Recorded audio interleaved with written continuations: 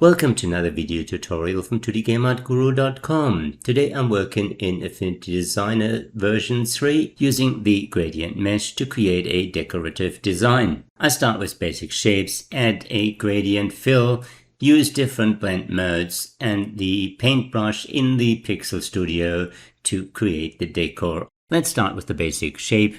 I create a triangle, give it a basic green fill, duplicate the triangle twice and scale the result to fit the screen. I want to use the shape as a clip later on. In order to do so, I select all three triangles and combine them with the Boolean add. Selecting the fill tool, I choose the type mesh, which gives me a 4x4 set of nodes that I can now adjust by either selecting a single node or multiple nodes at the same time. I can add additional rows or columns of nodes by clicking on the lines between nodes. For this design, I keep the colors in the blue and green spectrum. This results in rather soft gradients that help me create that watercolor look I'm after. It starts getting interesting when you break out of the grid and start moving nodes to curve the lines and create a more organic look. Make sure the mesh covers the whole shape. When I moved that node at the bottom inside the shape, it resulted in a transparent area without a fill. Each color node has handles that define A, the rotation of the gradient, and B, the intensity of that color node compared to its neighbor. Shorter nodes limit the spread of that color node. Longer nodes extend the spread towards the neighboring node. Having messed up the mesh quite a bit in order to create the organic flow I was after, it's time to add irregularities via objects on top. I create a couple of circles, give them different colors, add a Gaussian blur to make them blend in, change their layer blend mode to overlay and place them on top of the design.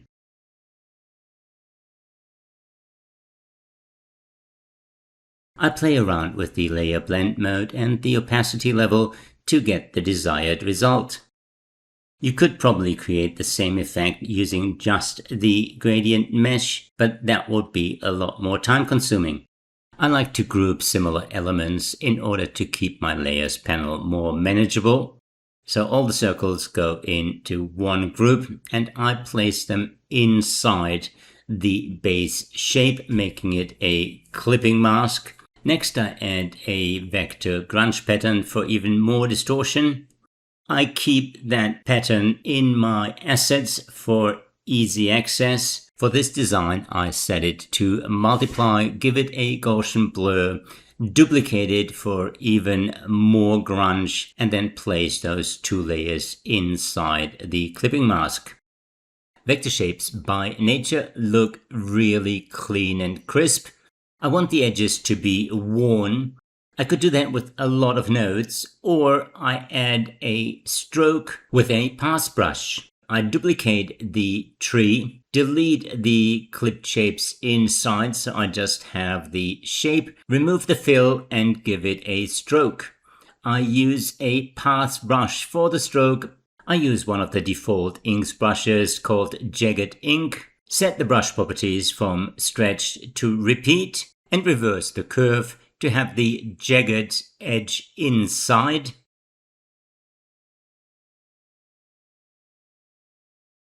I set the layer blend mode of the outline to erase. That way the outline is now cut from my base shape and I get that nice uneven edge. I duplicate the outline and adjust the width to make the edge look even more uneven.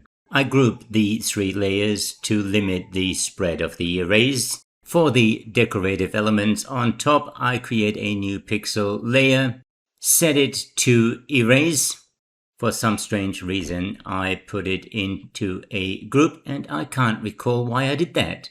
I set the group to erase and then work on the pixel layer. In order to do that, I switch to the Pixel Studio, use the paintbrush tool, select my brush. I choose the same style jagged ink brush, set the width to be a little thicker than this to see the line. That looks better. I have the stabilizer on and draw my lines using my graphic tablet. Whatever I draw in any color on this pixel layer will be erased from the tree design below.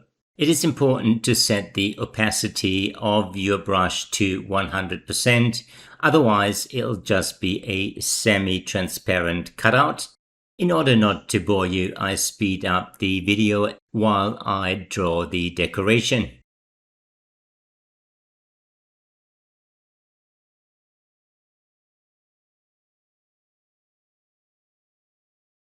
This kind of design is a lot easier to draw with a pen and tablet, but you can also keep it in the Vector Studio and use vector shapes and cut those from the green tree base.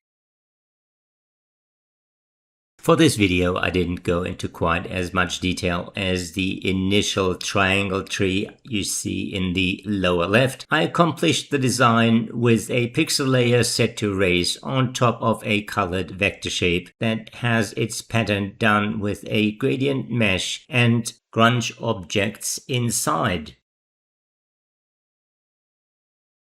I had a lot of fun with the first design, so I'll quickly do another. I duplicate the tree base and add another pixel layer to my erased group.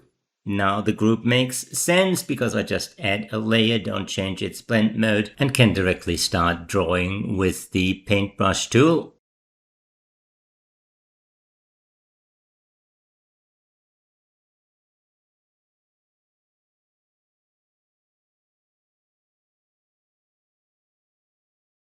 I love working with the erase blend mode. I think it's very underrated and extremely versatile. It can make a lot of tasks a lot easier. If you have not tried it before, play around with it. It is good fun. In my video on a lino cut look, I relied heavily on the erase layer blend mode. Give it a go, whether it's in the Vector or the Pixel Studio. In this video, I used basic shapes, the gradient mesh, different blend modes, and the paintbrush tool on a pixel layer. I hope you enjoyed this video and learned something new. If you did, please subscribe to the channel, leave a like and a comment, and I will see you again soon.